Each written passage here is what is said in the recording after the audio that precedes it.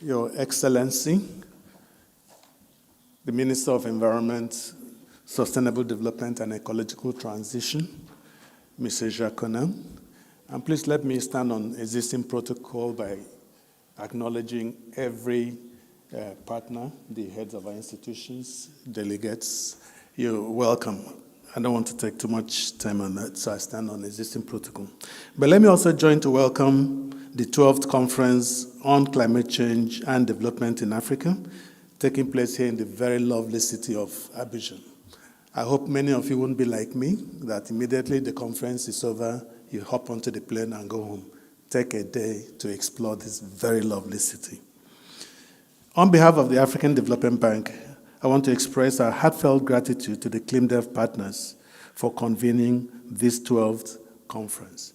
Like already mentioned, these partners include the African Union Commission, the United Nations Economic Commission for Africa, the government of Cote d'Ivoire, and the Pan-African Climate Justice Alliance, PACJA, and of course, the African Development Bank.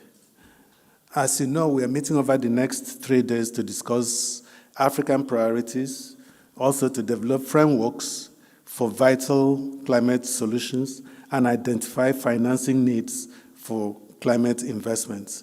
As highlighted by the 2023 State of the Climate in Africa report, which will be revealed at this conference, Africa continues to face significant climate challenges, which are with very severe impacts on the continent, and this covers virtually all economic sectors.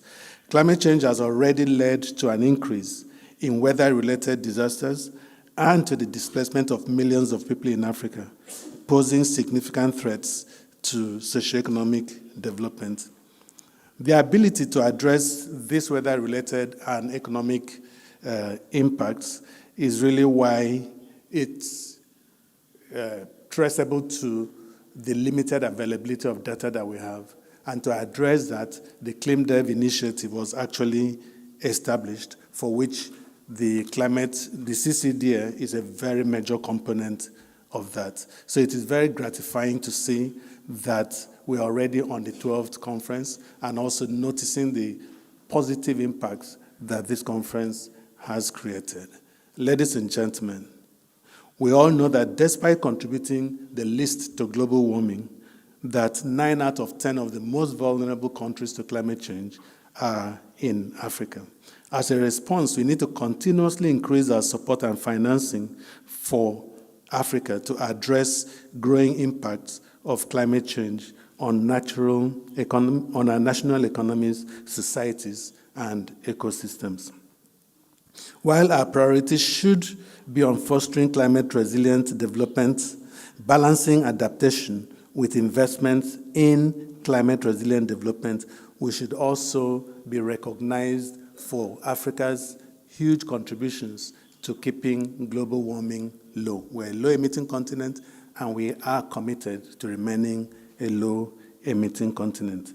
To achieve this, we greatly need adequate financing, technology transfer, and capacity building in line with the principle of common but differentiated responsibilities. Despite the urgent crisis and Africa's heightened vulnerability, there's a significant lack of funding for adaptation and resilience building on the African continent. As you may know, the current global climate finance falls far short of the needs and expectations of African countries. The goal of providing 100 billion that was pledged at COP15 in 2009 falls far short of the estimated 1.3 trillion that is now assessed as the needs to address global issues annually. And we've also seen that the goal of doubling adaptation finance by 2025 is also not materializing.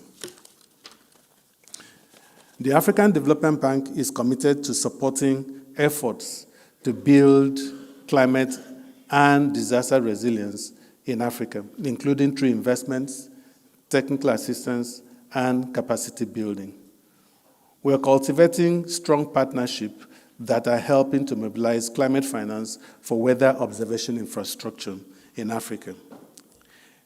Early this year, addressing the high-level strategic roundtable on climate finance during the spring meetings of the World Bank and the IMF, the president of the African Development Bank Group, Dr. Kinwumi Adesina, outlined the bank's commitment to supporting Africa by doubling its climate finance to $25 billion by the end of the year.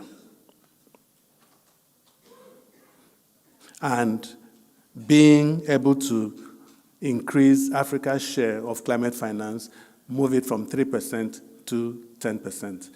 We've always said it is embarrassing that a continent with so much resources, with so much potentials, with so much needs, can only mobilize 3% of global climate resources. We need to work on changing that.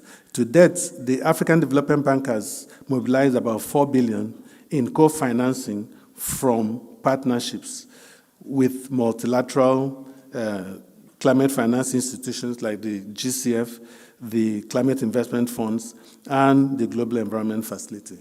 Despite this, we joined the call for a reformation of the climate finance architecture.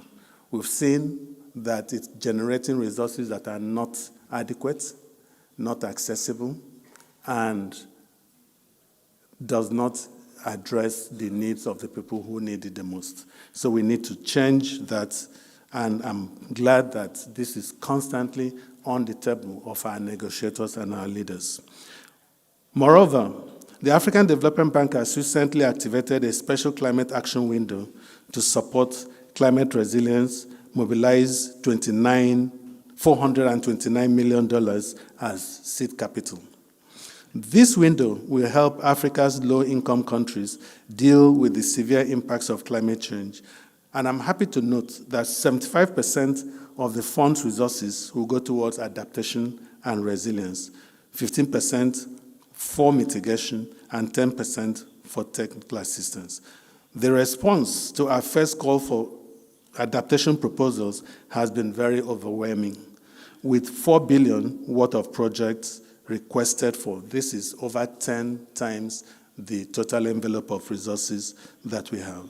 The second call for proposals under the mitigation sub-window is currently open.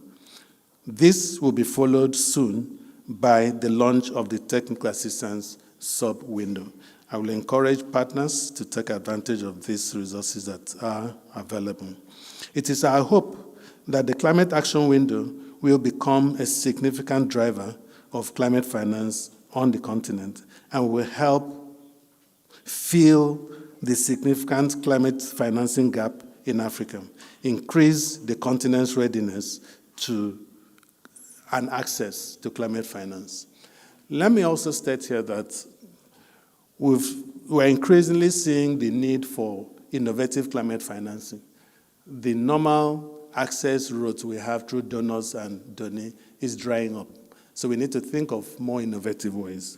And one of those innovative ways which will be discussed here at this session is a carbon market. But again, we need to understand that there are some complexities, there are some uncertainties around the carbon market. But we need to know that Africa will not and should not sell itself cheap or sell its assets cheap through the carbon market. We have what it takes, whether you call it voluntary carbon market or compliance carbon market, carbon is carbon. And we will continue to stand firm to ensure that Africa gets the best from its carbon market. And so I want to commend the African Union Commission for the work that it's doing in leading the development of a continental strategy on the carbon market. I also want to commend initiatives like the Africa Carbon Market Initiative that is out there trying to make sense of what is available. And the African Development Bank has pledged to set up, hopefully before the end of the year, an Africa Carbon Support Facility that will actually help investors and help those who want to invest in the carbon market to make sense of the carbon market so we don't sell ourselves cheaply anymore like we've done with all other of our economic assets. So distinguished ladies and gentlemen, let me conclude by reaffirming that the African Development Bank will continue to work with African countries to strengthen partnerships for investments that mitigate the impacts of climate change and climate variability. I thank you very much. Thank you.